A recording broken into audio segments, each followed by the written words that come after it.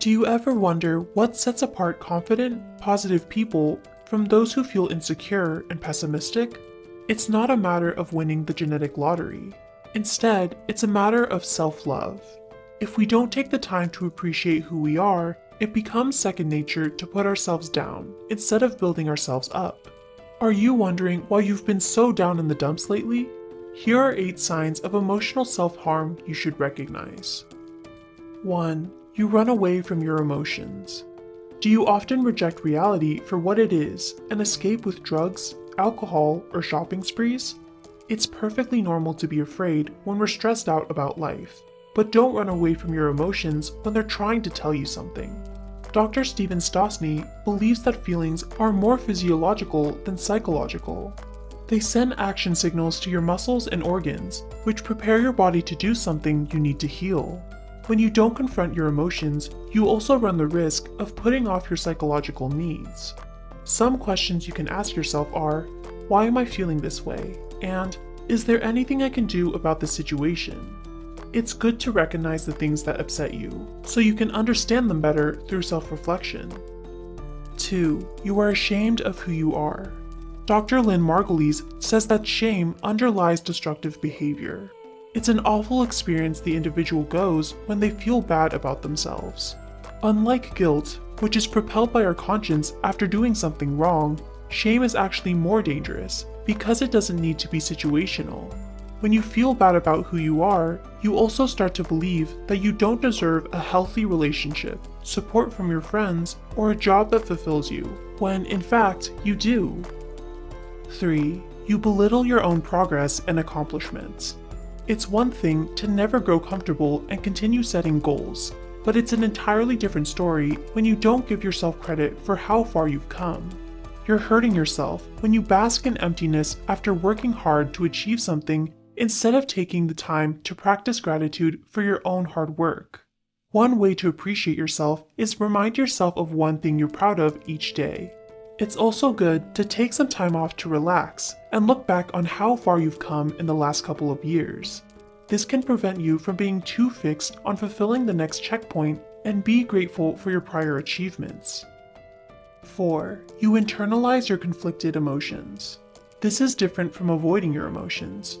You know what's bothering you, but you refuse to get help from others. When you build walls up, whether it's being dismissive of therapy or alienating yourself altogether from your family, friends, and partner, you're only digging a bigger hole for yourself. Dr. Brené Brown highlights the importance of vulnerability, which is the ultimate driving force of happiness.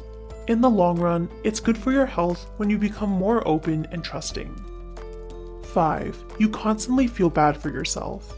William Shakespeare said it best, "Pain is inevitable, suffering is optional." It's okay to feel sad and disappointed when things don't always work out the way we had hoped. But when you sulk in self-pity, it doesn't change the outcome or help you get better. Instead of jumping to abrasive conclusions like, "I deserve to feel bad or be punished," take a further step and ask yourself why you're beating yourself up. Bottom line, you always have a choice, so make it a worthwhile one. 6. You don't prioritize taking care of yourself. Do you practice bad habits like skipping meals, smoking, not drinking enough water, and consuming alcohol? Research shows that all of these can trigger and worsen your anxiety. Peer pressure sucks. It might seem cool and harmless when everyone else is getting drunk every weekend or sharing a pack of cigarettes. But when it comes down to your emotional well-being, you won't feel good when you crawl into bed late at night and wonder how things got so messed up. Surround yourself with supportive, motivated, and confident individuals who are passionate about life. Although it's good to let loose every once in a while, being around people who exercise healthy habits can remind us to stay focused on our goals. 7. You are self-sacrificial. Are you a people pleaser? Do you have a hard time saying no when others ask you for favors? Helping others can be fulfilling, but not when you are always going the extra mile that can leave you moody, stressed, and exhausted. It's okay to cancel plans and take occasional days off if you feel like you need to stay home and recharge. You deserve to feel appreciated too. 8. You refuse to let things go. Holding grudges is the root of all misery.